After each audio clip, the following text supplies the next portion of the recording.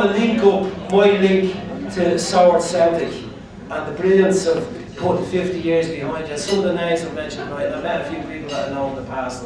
I met Mark Kerr and in the home farm when I was there many years. I see Joe McNamara. There's a few other faces I know from my own time playing and managing teams. But when I saw the little picture in the programme of Keith Doyle and Frank, right? And when I see Frank, I most associate Frank not just with swords, he's standing on the wall in Celtic Park at Shelbourne matches and Pats and Shells and all that stuff, and always a lovely and friendly face. But I saw the picture of Keith Doyle and Paul Knight down in the small picture there. And Paul Knight played one match with me when I ran the under 18s.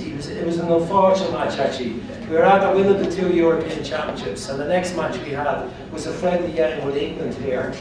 And the stadium was packed. Just stick with it for the last minute or two. 5-0 we were beaten by England. Great hopes we had.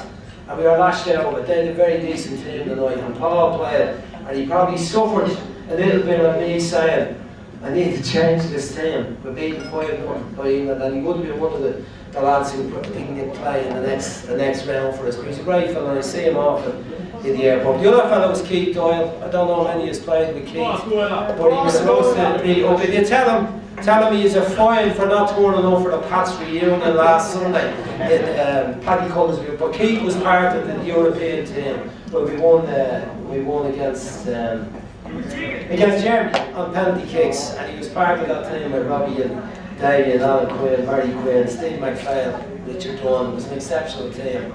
And so that's the link. And I used to always say to people that work in schoolboy football, the lowest levels of schoolboy football, right up through it, nothing happens for the international teams. Nobody has any success, and rarely do they get any credit for the work they do. Nothing happens without that scrapping and work, and the 50 years. The 50 years is important.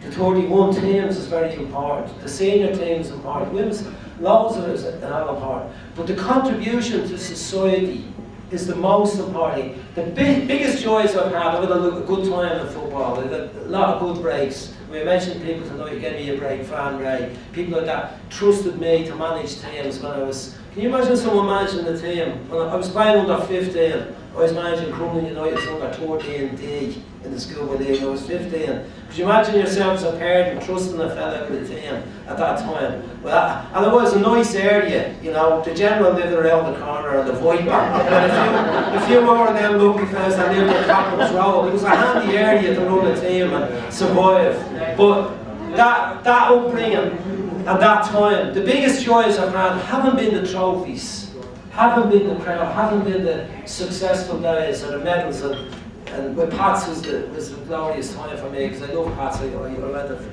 Folly Pats when I was 8, and I'm still mad. Like last week, I said to people, I've been at the 6 cup finals Pats have lost, and I've cried after them all, and I'll probably end up leaving crying today, and I did last Sunday. Like a gobshite, I ran up the row when the final whistle went, and I had a little tear in my eyes. Fuck me, ever win the cup. Seven cups we've lost, won 6 leagues at a time. But the biggest joy has been meeting fellas and blokes that I had teams with, fellas that played for me maybe, you know, it's getting on now, it's over 40 years, 45 years ago, meeting them now, and they say, what are you doing? They say, I have a team, I'm helping out with a team, I'm coaching, I'm managing, the youngsters playing, and you look at them, and they're doing all right, and you know they're not doing anything mad, they're not doing any damage to society, they're helping out with the community. Their team might be playing at a great level, but they're still doing it, they're involved in it, they're passionate about football, but they're more passionate about the kids and the people and making sure that they're happy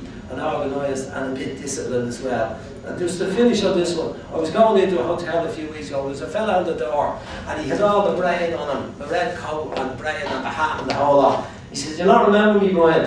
And I did, as it happened. He was only 45 years he played me, but he was a fella, he had a special kind of a tone skill. And there was something about him, his name clicked with me, and he had a nickname which I won't repeat here. But it stuck with me, you know. I said, "How doing great?" He said, "You did all right, didn't you?" I said, "You're not doing too bad either. Look at you with that bleeding hat harder fellas around here, right?" And he said to me, he said something really mad to me. He said, "You know what you were like when you managed us?" I said, "What was I like?" he said, you used to give out murder if we turned up and our laces were dirty, never mind our boots. I said, come on with that. I wasn't like that. I thought he was a real nice manager with the school with it. He said, Jesus, no, he used to come on if our boots were dirty. And I had no image of that whatsoever. I thought I was only like, it's great, I'm glad you're here on time, man. I hope the bus comes to get us out to Sallynavan, because we did 2 buses from the start and coming with the bus into town, and then the 7-8. And that was the bit that stuck with him, was the strictness. I didn't, like, how can a kid of 16 or 17 be so strict with kids of 13 or 14? But maybe that little bit of strictness was the bit that stuck with them the best, that made them, you know, help out with teams later on. So look at all of you that are doing it, keep doing it, alright? Just keep playing, keep managing, keep coaching, keep hustling everyone you need to improve the facilities.